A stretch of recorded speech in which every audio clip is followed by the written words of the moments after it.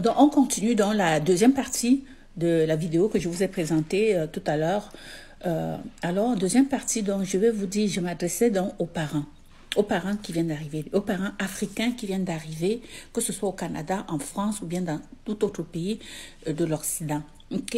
Sachez que dans ce pays-là, on ne peut pas utiliser la force pour éduquer son enfant. Quand je dis la force, c'est que tu ne dois pas prendre la ceinture comme on utilisait en Afrique, ou bien même les gens enlevaient les chaussures pour frapper l'enfant quand l'enfant n'obéissait pas. Il faut que vous sachiez une chose.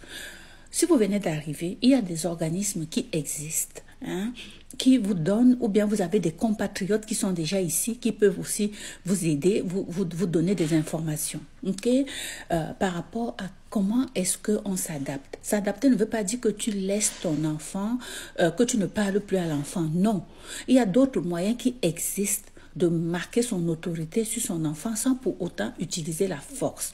Parce que le côté pervers d'utiliser la force pour éduquer son enfant, c'est quoi? C'est-à-dire que si tu continues juste à frapper l'enfant parce que l'enfant s'oppose à toi, parce que c'est ça que les Africains n'aiment pas, c'est quand l'enfant s'oppose aux parents. L'Africain ne supporte pas que son enfant dise « Non, je ne fais pas ça, papa. Tu me demandes de faire ça, je dis non. » L'Africain, pour lui, déjà, de toute façon, il n'a jamais fait ça à son père, alors il ne comprend pas pourquoi son enfant, il peut laisser son enfant lui faire ça aussi.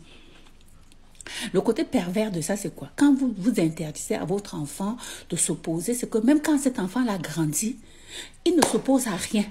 Il va quelque part, on fait tout, il suit. Il ne prend jamais sa place dans la société. Donc, il est introverti. Donc, c'est ça il faut faire attention par rapport à ça. Vous comprenez? Le fait que l'enfant s'oppose, c'est plutôt sain. Il faut plutôt voir ça comme positif. Et il faut voir ça aussi comme une façon pour vous ou bien pour votre enfant de dire, papa, je veux que tu me donnes des explications aussi. OK? Et donner des explications à son enfant ne veut pas dire que ton enfant est en train de te challenger. Non. Non, il faut voir plutôt ça autrement, je vous jure. Essayez ça, vous allez vous venez me faire des commentaires par la suite. OK?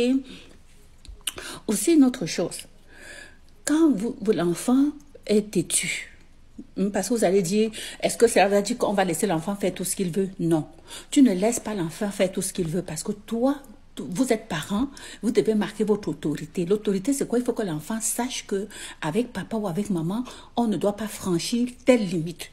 Il faut que l'enfant sache ce que papa est capable d'accepter et ce que papa n'accepte pas. Et si tu franchis la limite, il y aura telles conséquences. Et les conséquences, il faut les respecter. Et les conséquences, tu peux retirer son cellulaire, tu peux lui demander de faire des lectures qu'il n'aime pas. OK?